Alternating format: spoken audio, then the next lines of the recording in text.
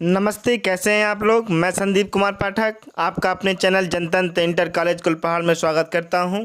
यदि आप लोगों ने अब तक मेरे चैनल को सब्सक्राइब नहीं किया है तो कृपया मेरे चैनल को सब्सक्राइब कर लीजिए और बेल आइकन को दबाना मत भूलिए, जिससे मेरे द्वारा बनाए हुए वीडियो का नोटिफिकेशन आप लोगों को समय से मिलता रहे। आइए हम लोग पढ़ते हैं गोस्वामी तुलसीदास जी के रामचरितमानस से लिया हुआ यह धनुषभंग शीर्षक, जिसमें हम लोगों ने अब तक पढ़ा कि माता सुनैना जो सीता जी की माँ हैं, वह श्री रामचंद्र जी को छोटा जान करके अपने मन में संशय करती हैं। उनकी सखी उन्हें समझाती हुई कुछ तर्क देती है और श्री रामचंद्र जी की तेजस्विता का वर्णन कर रही है। आइए पढ़ते हैं।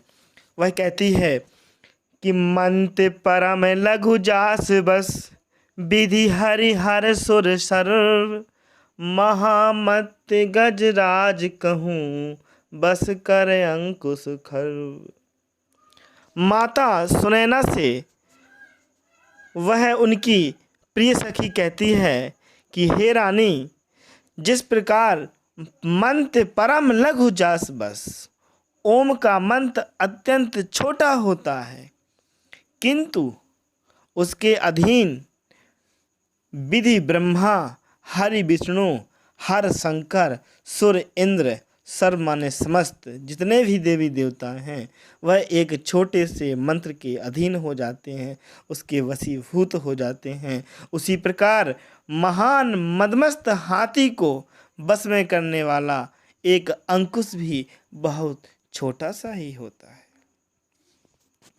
वो उनको समझाती हुई कहती है कि हे महारानी, इसलिए आप श्री रामचंद्र जी को छोटा मत समझो। वह उम्र में छोटे क्यों ना हो किंतु आप उनकी कोमलता पर मत जाओ, वे अवश्य धनुष को तोड़ देंगे। वह सखी कहती है कि काम कुसुम धनुषाय कुलीने, सकल भुवन अपने वश कीने।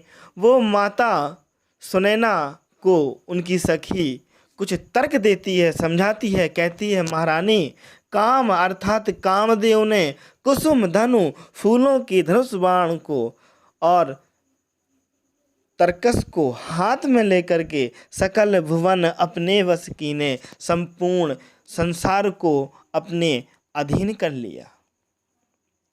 इसलिए हे देवी, देवी तजेऊ संशय अस जानी, भंजब धनुष राम सुन रानी। इसलिए हे महारानी, आप निश्चित हो जाइए, अपनी मन की शंका का परित्याग कर दीजिए, क्योंकि श्री राम इस शिव धनुष को अवश्य ही तोड़ देंगे। आप मेरी बातों का विश्वास कीजिए। सखी बचन सुने भई परतीति, मिटा विषाद बड़ी यति प्रीति। ऐसी अपनी सखी की बातों को सुन करके महारानी सुनैना के हृदय में विश्वास उत्पन्न होता है। वह उसकी बातों पर विश्वास करती है और अपनी सखी के ऐसे वचन सुनकर रानी श्री रामचंद्र जी की क्षमता पर भी विश्वास करने लगती है। उनका दुख समाप्त हो गया, उनका विषाद श्री राम के प्रति स्नेह के रूप में बदल जाता है। तब राम ही बिलोकी बैदेही, सभय हृदय बिनवत जेहि तेहि। उसी समय वैदेही अर्थात सीता जी की नज़र श्री रामचंद्र जी के ऊपर पड़ती है। कितना सुंदर सा दृश्य उस सभा में। सभय हृदय है बिनवती जहीं तेहि, वह भी डर के साथ अपने हृदय को सांत्वना देती हैं और ईश्वर की मन ही मन विनती करती हैं। माता सीता जी भी मन ही मन मनावो अकुलानी, हो प्रसन्न महेश भवानी। मन ही मन वह बड़ी व्याकुल हैं, सीता जी बड़ी चिंतित हैं और मन ही मन में महेश भवानी शंकर और पार्वती जी की आराधना करती हैं। वो कहती हैं कि हे प्रभु मुझ पर प्रसन्न हो जाइए।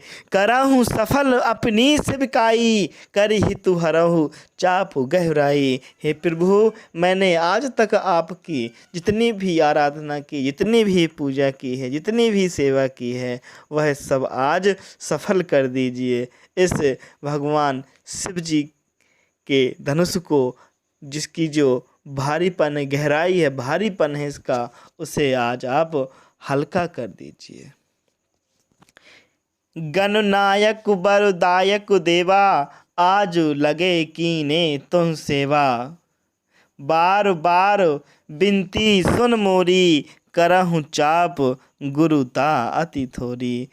वो कहती हैं सीता जी भगवान गणेश जी की वंदना करती हुई कि हे गणों के नायक, हे वरों के दायक, हे देवा, हे गणेश जी, आज तक मैंने आपकी लग करके जितनी भी सेवा की है, आज मैं आपकी बार बार आराधना करती हूँ, आपसे बार बार विनती करती हूँ।